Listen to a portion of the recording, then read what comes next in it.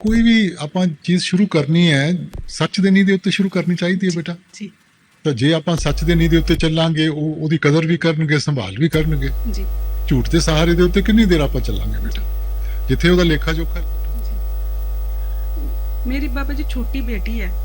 ਉਹ ਨਾ ਥੋੜੀ ਭੋਲੀ ਹੈ ਬਾਬਾ ਜੀ ਉਹਨੂੰ ਨਹੀਂ ਸਮਝ ਕੌਣ ਆਪਣਾ ਕੋਈ ਬਗਾਨਾ ਉਹ ਸਾਰਿਆਂ ਨੂੰ ਆਪਣਾ ਹੀ ਸਮਝਦੀ ਹੈ ਬਾਬਾ ਜੀ ਜਿਸ ਕਰਕੇ ਬੇਟਾ ਮੈਨੂੰ ਜਿਵੇਂ ਜਿਵੇਂ ਵੱਡੀ ਹੋਊਗੀ ਆਪਣੇ ਆਪ ਸੋਝੀ ਆਊਗੀ ਸ਼ੁਕਰ ਹੈ ਸਤਿਗੁਰੂ ਸ਼ੁਕਰ ਹੈ ਸਤਿਗੁਰੂ ਆਪਨੇ ਮੇਰੇ ਤੇ ਬਹੁਤ ਦਇਆ ਕੀਤੀ ਮਿਹਰ ਕੀਤੀ ਹਰ ਕਦਮ ਤੇ ਮੇਰਾ ਸਾਥ ਦਿੱਤਾ ਪਰ ਸਤਿਗੁਰੂ ਮੇਰਾ ਮਨ ਮੇਰਾ ਸਾਥ ਨਹੀਂ ਦਿੰਦਾ ਜਦੋਂ ਵੀ ਭਜਨ ਸਿਮਰਨ ਤੇ ਬੈਠਦੀ ਆ ਜਦੋਂ ਆਪ ਦੇ ਨਾਲ ਕੀਤਾ ਵਾਅਦਾ ਪੂਰਾ ਕਰਨ ਦੀ ਕੋਸ਼ਿਸ਼ ਕਰਦੀ ਆ ਬੇਟਾ ਮਨ ਤਾਂ ਸਾਰਿਆਂ ਦਾ ਹੀ ਬਾਗੀ ਹੋਇਆ ਹੈ ਇਸੇ ਕਰਕੇ ਤਾਂ ਭਜਨ ਸਿਮਰਨ ਕਰਦੇ ਆ ਕਿ ਬਾਗਡੋਰ ਹੈ ਵਾਪਸ ਆਪਾਂ ਆਪਣੇ ਹੱਥ 'ਚ ਲਈਏ ਸੋ ਆਪਾਂ ਜੇ ਰੋਜ਼ ਬੈਠਾਂਗੇ ਰੋਜ਼ ਆਪਣੇ ਵੱਲੋਂ ਪੂਰੀ ਕੋਸ਼ਿਸ਼ ਕਰਾਂਗੇ ਉਹਦੀ ਦਇਆ ਦੇ ਨਾਲ ਉਹ ਵੀ ਕਾਰਜ ਪੂਰਾ ਹੋ ਜਾਊਗਾ ਬਹੁਤ ਕੋਸ਼ਿਸ਼ ਕਰਦੀ ਆ ਸਤਿਗੁਰੂ ਨਹੀਂ ਆਪਾਂ ਪਰਖਾਂ 'ਚ ਨਹੀਂ ਪੈਣਾ ਆਪਾਂ ਤਾਂ ਹੁਕਮ ਦੀ ਪਾਲਣਾ ਕਰਨੀ ਕਰੋਨਾ ਬਣਿਆ ਬੈਠਾ ਬਾਬਾ ਜੀ ਮੇਰਾ ਮਨ ਕੋਈ ਨਾ ਆਪਾਂ ਕਰੋਨਾ ਦੇ ਉੱਤੇ ਵੀ ਅੰਦਰਲਾ ਆਪਾਂ ਲੋਕਡਾਊਨ ਮੇਰਾ ਉਹ ਖੋਲ ਆਪਾਂ ਕਾਬੂ ਪਾ ਲਾਂਗੇ ਕੋਈ पूरे परिवार की तरफ से शुक्रिया अदा करता हूँ आपको पीछे कुछ घटना हो गया था तो पहले तो सारे ही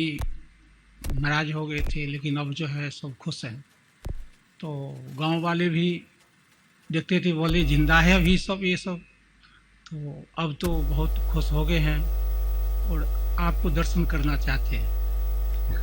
सेंटर बहुत कम है बिहार में तो आपके दर्शन और सत्संग सब चाहते हैं बेटा हम कोशिश में लगे हुए हैं कि वहाँ हमें कोई ज़मीन मिल जाए मिलेगी तो शुरू हो जाएगा वो भी बेटा जी सत्संगी भी जो नाम दान मिला है वो भी बार बार जो है साल में एक बार जाता हूँ तो वो लोग भी फोन करते रहते हैं अर्ज क्या करो तो मौका मिलता कभी काल नहीं जरूर रास्ते में बाबा जी जैसा कि बड़े कहते हैं कि कोई भी ऐसी प्रॉब्लम नहीं है जिसका सोल्यूशन ना हो हमारे पास और हमारे पास कॉन्फिडेंस भी होता है कि हम वो ओवरकम कर जाएंगे लेकिन जब वो सिचुएशन रियल लाइफ में आती है तो हमारे कॉन्फिडेंस का धजिया उड़ जाती है और कुछ नहीं बचता अपने पास तो उसका सामना कैसे करें हम बेटा बात तो ठीक है आपकी मगर देखो हर जिंदगी में जिस चीज के ऊपर ध्यान देंगे प्रॉब्लम्स तो आएंगी जिंदगी में मगर हल के ऊपर ध्यान देंगे जरूर कहीं ना कहीं उसका हल मिल जाएगा और अगर प्रॉब्लम के ऊपर ध्यान रखेंगे वो प्रॉब्लम बढ़ती जाएगी और तंग करेगी सो इसलिए घबराना नहीं चाहिए विश्वास रखना चाहिए अब किसी को हल जल्दी मिल जाता है किसी को थोड़ी देर में मिलता है मगर हर एक चीज का हल है थोड़ा सा वक्त देना चाहिए जल्दबाजी मत करें विश्वास रखें मालिक जरूर मदद करेंगे और बाबा जी थैंक यू बोलना था जितना भी आपने मुझे दिया है और उससे भी ज़्यादा थैंक्स उसके लिए जो आपने मुझे नहीं दिया और मेरी फैमिली और मेरे दोस्तों पे दया मेहर बनाए रखिएगा बाबा जी मेरा फर्स्ट क्वेश्चन ये है कि मैं अंडर कॉन्फिडेंट हो जाती हूँ और डर जाती हूँ तो उसके लिए क्या करना चाहिए बेटा कॉन्फिडेंस आहिस्ता आहिस्ता जैसे आप बड़ी होंगी ना अपने आप आएगी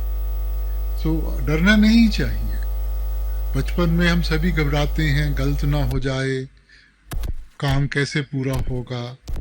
तो वक्त के साथ ये भी आप काबू कर लेंगे आप मत घबराएं कुछ लाइंस लिखी थी आपके लिए क्या मैं बोल सकती हूँ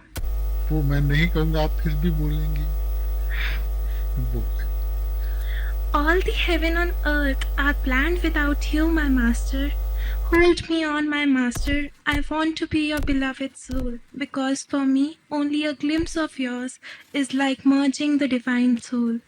अपने पास रखना बाबा जी हमेशा नामदान के बाबा जी जो भी हो जैसे भी आप ही को बाबा जी मैं आपके सिवा मेरा कोई भी नहीं है